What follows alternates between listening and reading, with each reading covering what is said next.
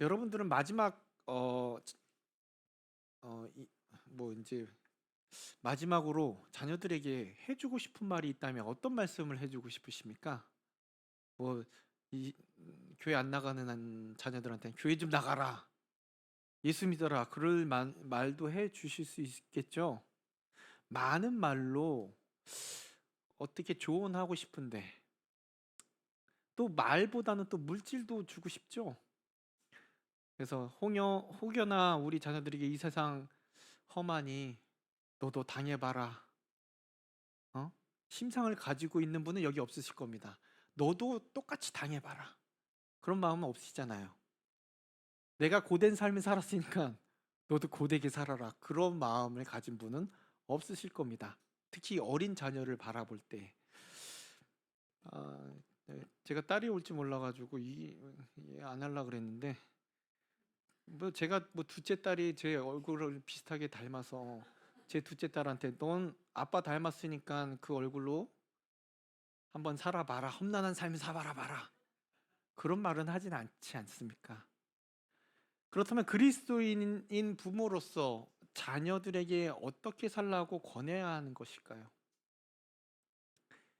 점점 살기 힘들고 오히려 교회 나가라는 것을 꺼리게 되는, 힘들게 되는 그러한 시기에 곱지 않은 시선을 바라보고 있는데, 그럼에도 불구하고 우리는 알고 있지 않습니까? 부활의 주님을 바라볼 때에 우리 교회에 소망이 있고 우리 교회에 빛이 있다라는 것. 그런데 이 성도는요, 이 영원한 생명을 받은 후에도 고난, 큰 싸움을 견뎌야 하고 견디고 있고 견뎌왔습니다. 우리는 그런 수많은 이야기를 성경에 나와 있는 인물들을 통해서 찾아볼 수 있죠. 하지만 그 가운데서도요, 영원 구원을 향해 달려가기보다는 뒤로 물러가 침체에 빠져 있는 인물들도 많이 봤어요. 물론 다 이기면 좋겠지만 오히려 자빠지는 모습, 침체되어 있는 모습. 왜요? 인간은, 우리 자신은 지금까지 지은 죄보다 앞으로 지을 죄가 더 많죠. 갈수록 더 쇠퇴해지고 마음과 몸 역시 어떻게 해요? 약해지잖아요.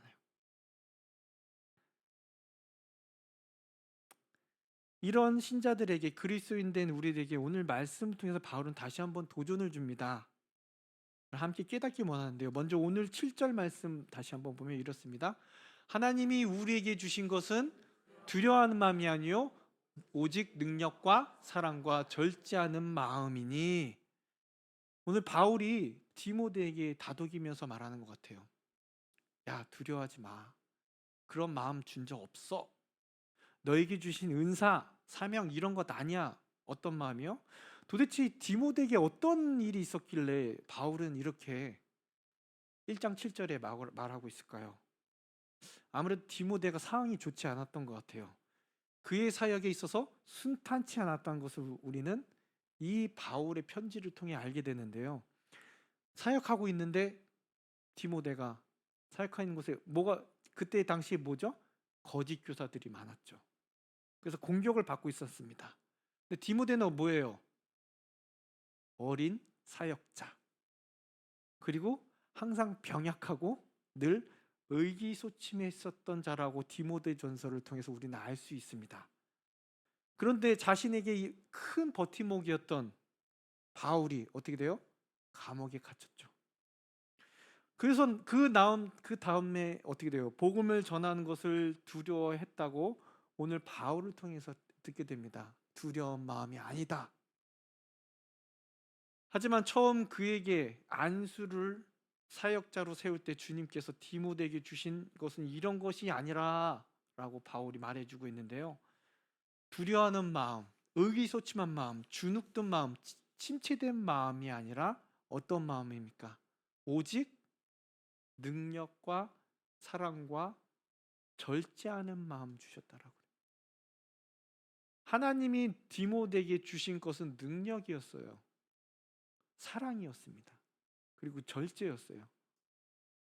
담대하게 나아가는 마음, 그에게 주신 사명에 대한 확고한 마음, 그를 대적하는 자들 앞에서 분명히 그런 마음을 주셨을 것입니다. 여러분, 사랑은 두려움을 이기게 만듭니다. 하나님의 사랑은 어떻습니까? 모든 것을 참게 만들고, 모든 것을 믿게 만들고, 모든 것을 바라게 하고, 그리고 모든 것을 견디게 해줍니다. 이렇듯 하나님의 사랑이 우리 가운데 있다면요, 우리 앞에 어떠한 것들이 다가온다 할지라도 나를 사랑하시는 하나님이 계시다는 것 때문에 굳건히 나아갈 수 있어요. 두려움이 없게 되는 거죠. 그리고 절제는 다른 말로 무슨 말이냐면 근신하는 말이에요. 근신하는 마음 무엇입니까? 평온하다는 뜻이에요. 우리 마음에 무슨 문제가 닥쳐올 때 우리의 생각이 먼저 앞서게 되잖아요. 그런 문제가 벌어지지 않은 결과에 대해서 우리 자신 생각에 상상을 나래를 펼칩니다. 이런 일이 있겠지. 이런 일이 벌써 생기겠지. 아, 이런 일이 조짐이 보이면 이런 결과가 생길 거야 하면서 낙심을 심어줍니다. 그럼 미리 일이 일어나기도 전에 어떻게 해요? 좌절해요. 이 세상의 이치에서 내가 경험한 바에 의하면 이것은 이렇게 될 거야. 분명히 디모데에게도 이런 마음이 있었을 거예요. 아, 나 혼자는 안 될 거야. 나를 대적한 저 수많은 거짓 선지자들. 나는 병약한데 어떡하지? 나는 지게 될 거야. 싸우지도 않고 이미 패배한 마음이었을지도 몰라요. 상상의 결과물, 그것이 그를 두렵게 만들었습니다. 그의 사역하는데 장애물이 됐던 거예요. 하지만 여러분, 그에게 처음 주셨던 마음은 무엇입니까? 싸움도 하기 전에 패배한 그런 생각이 아니었을 거예요. 근신함으로 내 생각과 내 뜻을 절제하고 오로지 하나님의 뜻을 구하며 침착한 마음으로 하나님의 인도를 따라 살아가는 근신하는 마음이었을 겁니다. 이처럼 이 디모데가 잊고 있었던, 그에게 주셨던 하나님의 선물들을 바울은 다시금 기억해야 하는 거예요. 야, 두려움이 아니잖아. 네가 처음 하나님께서 주셨던 마음은 그런 마음이 아니야. 여러분, 우리에게도 이런 마음 주시지 않았습니까? 하나님께서 자녀로 부르실 때, 하나님께서 저를 택해서 그리스도인으로 세우실 때 디모데와 같은 선물을 저와 여러분들에게 주셨습니다. 그런데 살다 보니까 어려워요. 힘든 일이 찾아옵니다. 그러다 보니까 의기소침해지죠. 아, 이게 이루어질까? 이미 싸우기도 전에 우리는 뭐예요? 패배한 마음을 가지고 있지 않습니까? 두려운 마음이 앞서지 않습니까? 그럼에도 우리가 가진 것들로 자꾸 버티려고 할 때 어떻습니까? 우리의 생각, 우리의 배경 지식, 어떤 결과가 있습니까? 해결되는 것 같지만 결국에는 어떻게 돼요? 좌절하게 만듭니다. 분명 우리의 삶이 우리 것이 아니라고 생각하고 나아가지만 좌절, 정말 절망, 두려움, 그 속에서 우리는 힘들어하고 패배적인 마음을 갖게 됩니다. 하지만 하나님께서는 하나님의 능력을 따라 나아가길 원하시죠. 하나님의 사랑을 기억하길 원하십니다. 어리석은 마음, 두려운 마음을 갖지 않기를 원하십니다. 하나님의 능력은 무엇이기 때문에? 전능하시기 때문에. 모든 것을 하실 수 있기 때문에. 다른 것을 의지해봤자 결과는 뻔해요. 안 돼요. 하나님의 사랑은 우리가 생각하는 그런 얕은 사랑이 아니라는 것을 알게 될 때에, 우리를 버리지도 않으시고 내버려 두시지 않는 걸 알게 될 때, 여러분, 우린 다시금 일어날 수 있고 그 능력을 바라보게 된다는 것입니다. 그러므로 우리에게 주신 그 선물을 다시금 열어보고 그 선물을 가지고 나아가는 저와 여러분들이길 원합니다. 계속해서 바울은요, 디모데에게 하나님의 선물을 아는 것에서 멈추지 말라고 합니다. 그리고 그가 전하는 복음을 부끄러워하지 말라고 말합니다. 8절 말씀인데요, 같이 읽겠습니다.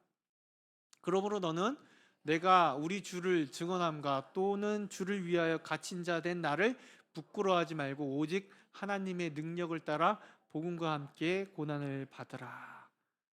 그러므로 바울 자신이 부끄러워하지 않은 것처럼 너도 부끄러워하지 마라. 이 복음으로 인해 감옥에 갇힘으로 인해서 세상에선 죄인처럼 취급하지만 바울은 부끄러워하지 않았던 것처럼 세상이 나를 죄인으로 낙인 찍혔지만 오히려 복음으로 인해서 고난을 받는 것에 있어서 부끄럽지 않다, 자랑스럽다라는 뜻이죠. 이거를 디모데에게 알려주는 거예요. 사실 복음과 함께 고난을 받으라는 이 초대는 우리를 그리스도의 신부요, 하나님의 상속자로 인정하시는 과분한 축복일 것입니다. 하지만 고난의 자리가 어떤 자리입니까? 가기 싫은 자리죠. 마치 제가 제대한 사람, 다시 제가 제대했는데 2년 2개월을 마치고 나서 그 긴 군 생활보다 더 긴 5년 동안 무슨 꿈을 꾸냐면요, 다시 입대하는 꿈을 꿨습니다. 그만큼 싫은 자리가 고난의 자리 아닐까요? 그럼 여러분은 어떻게 하면 기쁘게 고난을 받을 수 있을까요?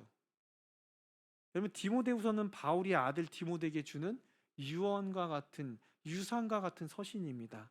그렇다면 옥중에 있는 아비가 아들에게 무작정, 야, 아까 말씀드렸던 것처럼 내가 힘들었으니까 너도 똑같이 해라 라고 유언할 리는 없다라는 것입니다. 그런데 말씀을 자세히 보면요, 바울은 복음과 함께 고난을 받으라는 말씀 앞에 이 말씀을 덧붙입니다. 뭐요? 오직 하나님의 능력을 따라. 이 말씀 안에 우리가 왜 고난을 받아야 하며 그리고 어떻게 기쁘게 고난을 받을 수 있는지에 대한 비밀이 담겨져 있습니다. 그리고 여기서 말씀하신 하나님의 능력이란 무엇입니까? 말씀의 능력을 의미합니다. 바울은 하나님의 말씀이 시키는 대로 고난을 받을 것을 아들 디모데에게 당부하는 것이에요. 그런데 여러분, 우리가 겪는 고난 중에 많은 경우가 하나님의 말씀대로가 아니라 뭐요? 내 생각대로, 내 성품, 내 뜻과 내 의지 때문에 겪는 고난이 적지 않다라는 것이에요. 하나님의 말씀대로 고난받는 것이 아니라 내 것 때문에. 이런 고난들은 제가 뭐 요리를 잘하진 않지만 칼등으로 음식을 썰면 어떻게 됩니까, 여러분? 썰어 보셨어요? 썰어 보지도 않으셨겠지만 힘은 힘대로 들지만 결과는 어떻게 해요? 보나마나하죠. 우리 스스로에 의해 받는 고난이 이와 같다라는 거예요. 힘은 힘대로 들어요. 그리고 결과도 뻔할 뻔짜라는 거죠. 내게 있어서도 하나님에게 있어서도 유익이 없다라는 겁니다. 뭐 때문에요? 나 때문에 겪는 고난. 그러나 하나님의 말씀대로 살다가 받는 고난은 어떨까요, 여러분? 주님의 뜻대로 살다가 받는 고난은 그럼 어떻습니까? 여러분, 받으면 쉽다라는 말이 이해가 돼요? 우리에게 가볍다라는 말이 이해가 되십니까? 경험해 보신 분들은 알 거예요. 그리고 반드시 열매가 맺혀져요. 감사가 나오죠. 찬양이 나와요. 하나님의 말씀대로 따라가다가 받는 고난은요, 내게 간증이 돼요. 내게 고백이 돼요. 내게 삶의 힘이 돼요. 감사가 절로 나오잖아요. 모든 것이 감사. 배고파도 감사. 그러니까 세상 사람들이 바라볼 때 이해가 되지 않잖아요. 왜 저런 거에 감사할 수 있을까? 반드시 열매가 있기 때문에. 그렇다면 구체적으로 말씀에서 어떤 능력을 경험했기에 그의 아들 디모데에게 말씀대로 고난을 받으라라고 도전을 주는 걸까요?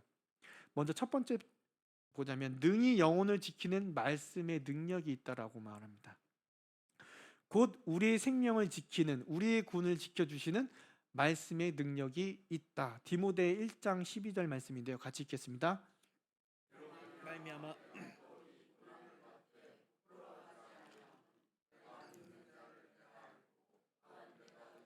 그것을 그날까지 그가 능히 지키실 줄을 확신함이라. 바울은 하나님의 말씀을 따라갈 때에 그가 고난을 받았음을 얘기합니다. 여기서 말하는 바울의 고난은 죽음에 이르는 고난을 의미합니다. 그가 이제 로마 감옥에서 죽음을 맞이할 것을 자신이 알고 있었죠. 하지만 그것이 그에게 있어서 부끄럽지 않다는 걸 말했습니다. 세상 사람들을 아이 불쌍하다. 로마 시민권도 갖고 있고 머리도 똑똑한데 감옥에서 죽게 됐네. 생각할지라도 나는 부끄럽지 않아. 난 두렵지 않아. 난 아깝지 않아. 왜요? 하나님의 말씀만 따라가면 어떤 고난이 닥쳐도 지켜주신다고 하셨기 때문에. 근데 이 지켜주신 거, 이 의탁한 것 무엇입니까? 내 영혼, 내 생명, 구원을 뜻하는 것이에요. 더 나아가 그에게 주어진 사명, 맡겨진 사명까지 모두 완수할 수 있다는 것입니다. 왜요? 주님이 지켜주시기 때문에. 감옥에 있는데 지켜주신대요. 나의 영혼, 나의 생명. 언제까지요? 그날까지. 주님이 다시 오늘 그날까지, 영원까지 지켜주신다고 말씀해 주셨습니다. 우리 가운데 말씀에 순종하여 말씀대로 살아감으로 오는 고난을 당할 때, 내가 그리스도인이라고 손가락질 당할 때, 진리를 따르다 보니까 가족들 가운데 핍박을 당할 때, 세상 사람들에게 다른 삶을 살는다고 유별나다고 말할 때, 우리는 우리가 믿는 하나님을 알기 원합니다. 우리를 끝까지 붙잡으시고 우리의 모든 것을 책임져 주신 하나님을 믿기를 원합니다. 우리가 이해할 수 없는 상황 속에도 분명 일하시고 계시고 그 선하신 뜻대로 우리 가운데 사랑을 지켜주시는 주님만을 신뢰하면 분명히 기쁨이 넘치고 감사의 고백이 나온다는 것이죠. 고난이요, 잠깐의 고난뿐입니다. 우리에게 좋게 주어질 비교할 수 없는 영광이 여러분들에게 준비되어 있다라고 말씀해 주십니다. 하나님은 시건치 않기 때문에 여러분 그 말씀 믿어야 됩니다.